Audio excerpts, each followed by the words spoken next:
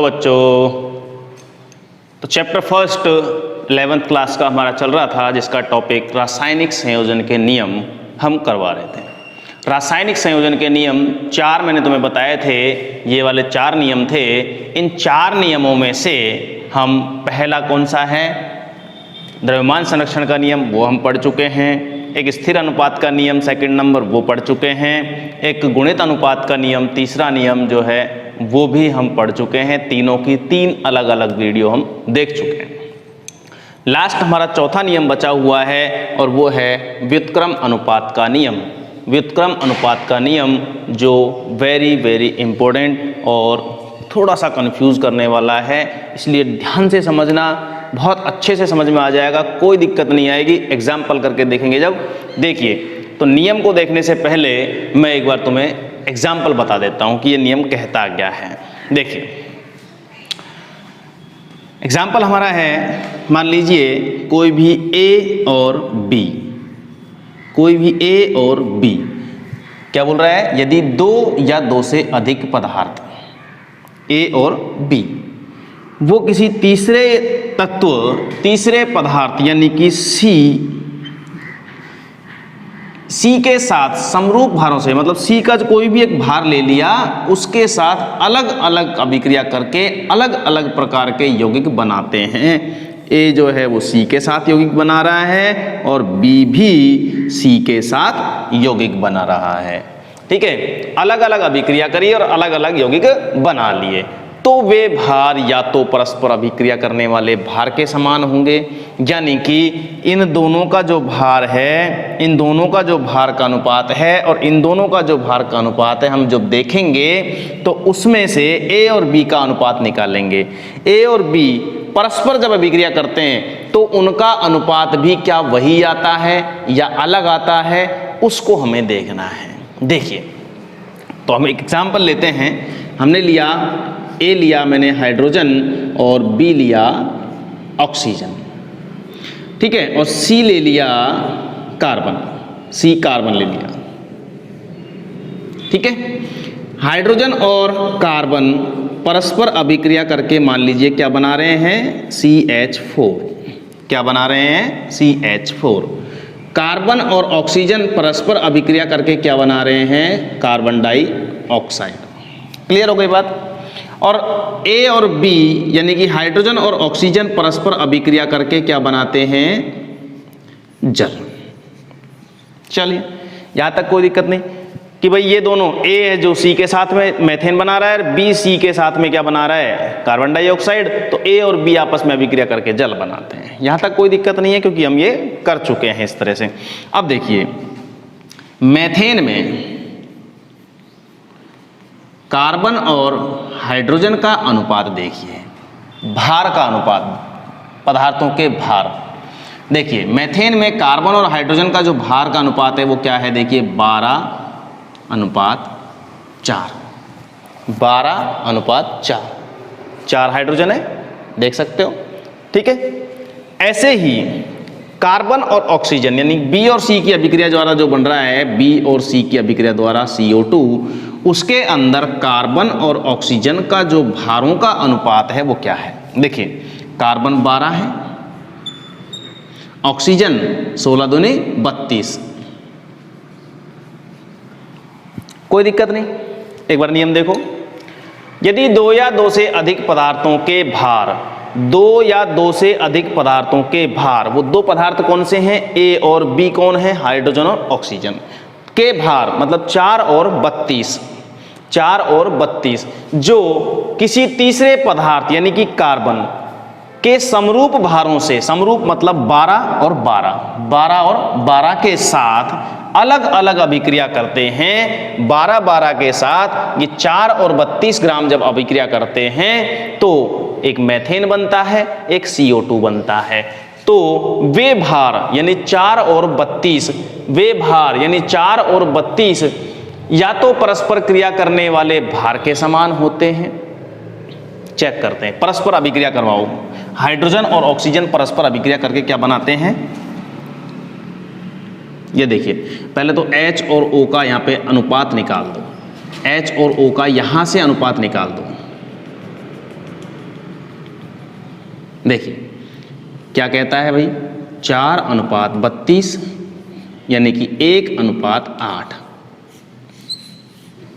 देखिए यहां तक समझ में आया, यहां तक समझ लो एक बार, फिर बता देता हूं। ए ने यानी हाइड्रोजन ने सी के साथ यानी कार्बन के साथ अभिक्रिया करी, बी ने यानी ऑक्सीजन ने कार्बन के साथ अभिक्रिया करी, अलग अलग यौगिक बनाए, उन यौगिकों में हमने अनुपात निकाला 12:4 और 12:32।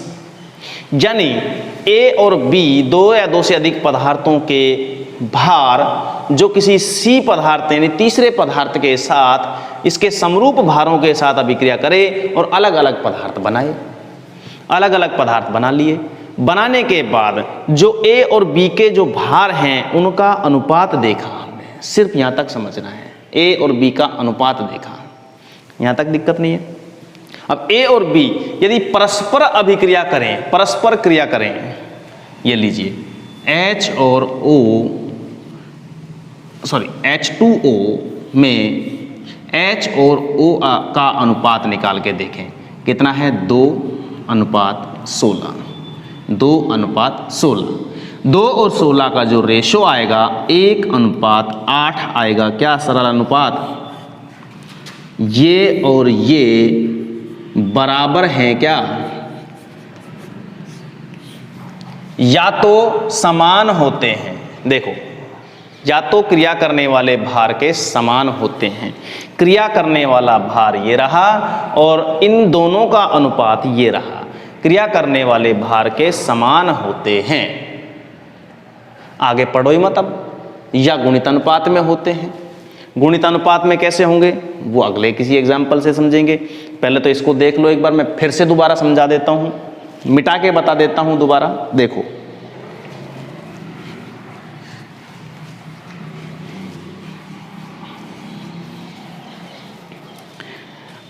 वही चीज, कोई भी ए पदार्थ और बी पदार्थ लिया, ए ले लिया हाइड्रोजन, बी ले लिया ऑक्सीजन, किसी तीसरे पदार्थ सी के साथ में यानी कार्बन के साथ में,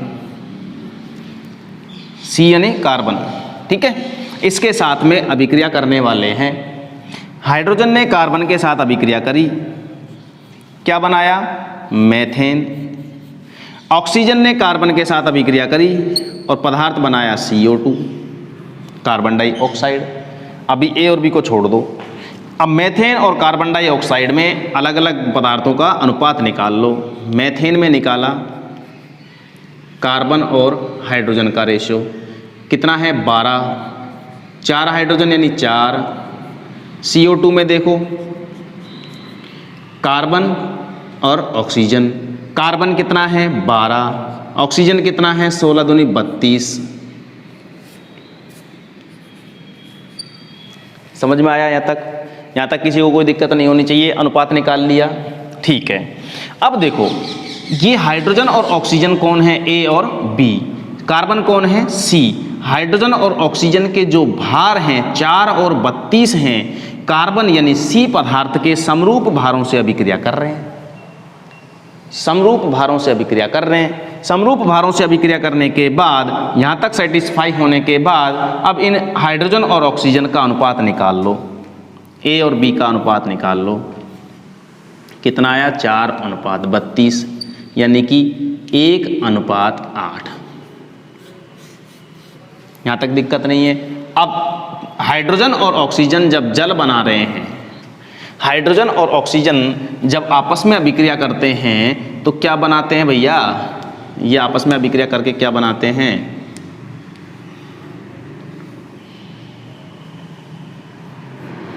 ये आपस में अभिक्रिया करके क्या बनाते हैं, जल।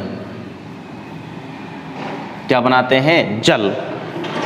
जल बनाया, इसमें हमने हाइड्रोजन और ऑक्सीजन का रेशियो जब निकाला तो 2:16, 2:16 काट के देखा, सरल अनुपात निकाला, 1:8 आया, 1:8 आया, जो क्रिया करने वाले भार के बिल्कुल समान है, इक्वल है, बराबर है। ये लीजिए, यहाँ तक कोई दिक्कत नहीं है। उतार लो इसको एक बार, तो नियम उतार लो और नियम उतार के एग्जाम्पल उतार दो। जैसे एग्जाम्पल में क्या लिखेंगे, जैसे कोई दो पदार्थ ए व बी किसी तीसरे पदार्थ सी के साथ अभिक्रिया करके दो पदार्थ बनाते हैं।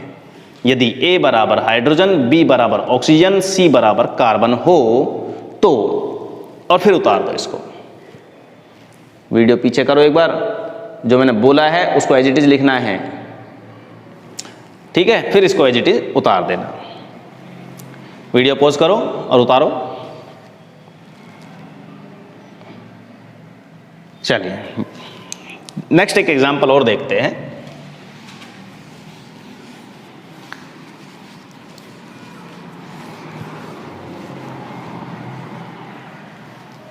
देखिए एक एग्जांपल और देखते हैं। जैसे मान लीजिए ए मैंने ले लिया सल्फर और बी मैंने ले लिया ऑक्सीजन और सी मैंने ले लिया कॉपर, ठीक है। सल्फर और कॉपर आपस में अभिक्रिया कर रहे हैं, क्या बनाया, CuS, कॉपर सल्फाइड। ऑक्सीजन और कॉपर अभिक्रिया कर रहे हैं, क्या बनाया, CuO, कॉपर ऑक्साइड। यहां तक कोई दिक्कत नहीं है मेरे ख्याल से किसी को भी। अब S और O आपस में अभिक्रिया करते हैं तो क्या बनेगा,